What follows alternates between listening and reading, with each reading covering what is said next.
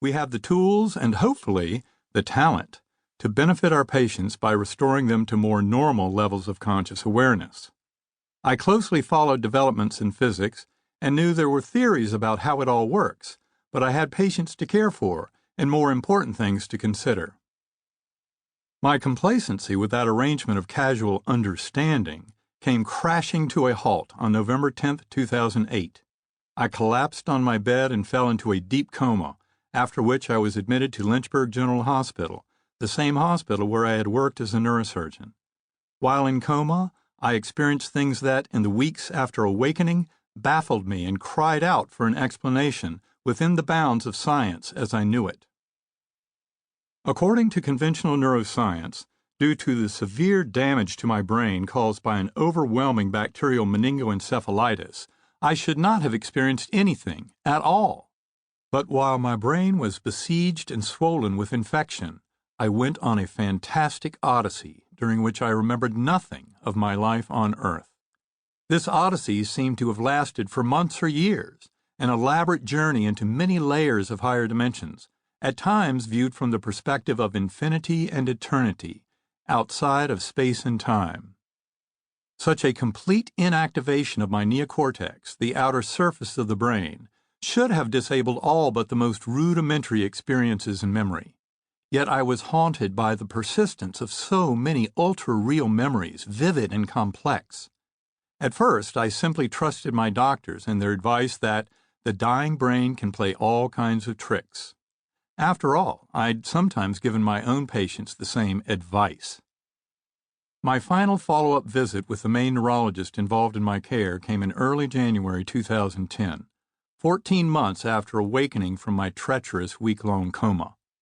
Dr. Charlie Joseph had been a friend and close associate before my coma, and had struggled with the rest of my medical colleagues through the brunt of my horrific meningoencephalitis, recording the details of the neurological devastation along the way.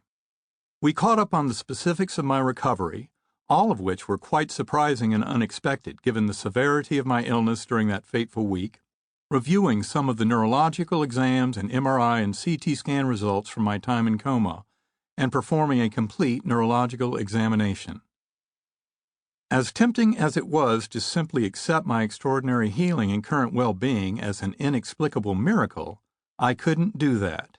Instead, I was driven to find an explanation for the journey I took during the coma, a sensory experience that completely defied our conventional neuroscientific concepts of the role of the neocortex in detailed conscious awareness. The unsettling prospect that fundamental tenets of neuroscience were incorrect led me into deeper territory in my final discussion with Dr. Joseph that blustery winter afternoon. I am left with no explanation whatsoever as to how my mental experiences deep in coma, so vibrant, complex, and alive, could have possibly occurred, I said to him. It seemed more real than anything I had ever experienced. I recounted for him how numerous details clearly placed the vast majority of my coma experience as occurring between days 1 and 5 of my 7-day coma. And yet the neurological examinations, lab values, and imaging results all confirmed that my neocortex was too damaged by the severe meningoencephalitis to have supported any such conscious experience.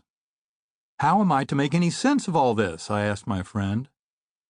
I'll never forget Charlie's smile as he looked at me with a sense of knowing and said, "There is plenty of room in our understanding of the brain and mind and consciousness to allow for this mystery of your remarkable recovery to indicate something of great importance.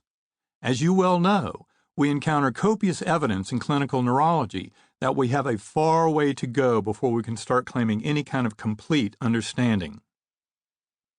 I am inclined to accept your personal mystery as another lovely piece of the puzzle, one that greatly raises the ante in approaching any understanding of the nature of our existence. Just enjoy." I found it most reassuring that a highly trained and capable neurologist, one who had carefully followed the details of my illness, was open to the grand possibilities implied by my memories from deep in coma. Charlie helped open wide the door that has led to my transformation from a materialist scientist, proud of his academic skepticism, into someone who now